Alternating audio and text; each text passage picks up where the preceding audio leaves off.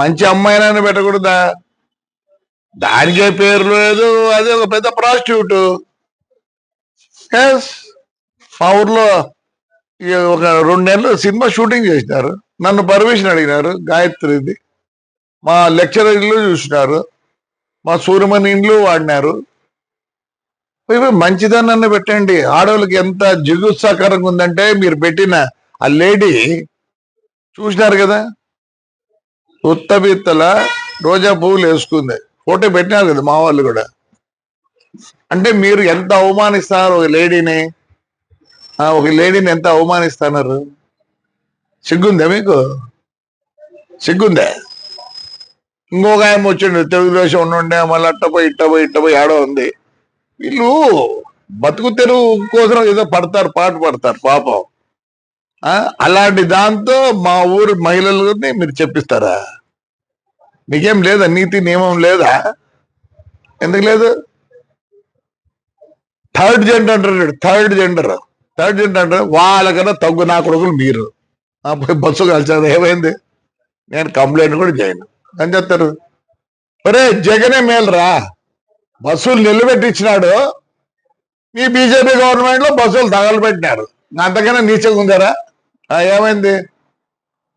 300 పోతేనే ఆపోతే అసలు దీనికి ఎడతాను నేను. అదే కొంచెం అనకూడదు, నేను తప్పు. వాళ్ళు చాలా మంచోళ్ళు. దానికన్నా తగ్గు ఏదైనా ఉంటే ఆ మాట వాడతా. మీకు నాకు తెలియాలి ఇంక తగ్గు మాట. I don't want insult third gender. I give lot of respect to them. కాల్చి ఏం చేసుకున్నారా? ఏం చేసుకున్నారులే, పీకినారా? జగన్ రెడ్డి మేలు కదా మంచోడు.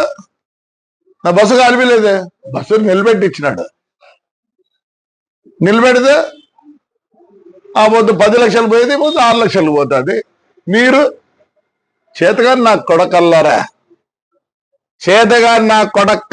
అంటారా? ఏం పెట్టారా? మళ్ళీ ఇంకో బస్సు కాస్తారా? కలిసిపో.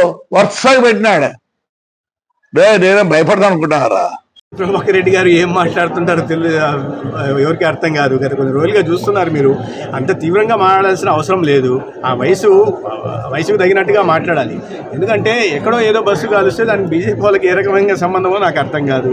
అనేక విమర్శలు వచ్చాయి వారి మీద, వారి బస్సుల మీద, వారి వ్యాపారాల మీద. గతంలో ఏం చేస్తున్నారు, ఎక్కడి నుంచి తెచ్చారనే విషయం వాటిలో నేను పోదలుచుకోలేదు. కానీ కూటమిలో భాగస్వామిగా ఉంటున్న భారతీయ జనతా పార్టీ గురించి మాట్లాడడం అది సహేతుకం కాదు.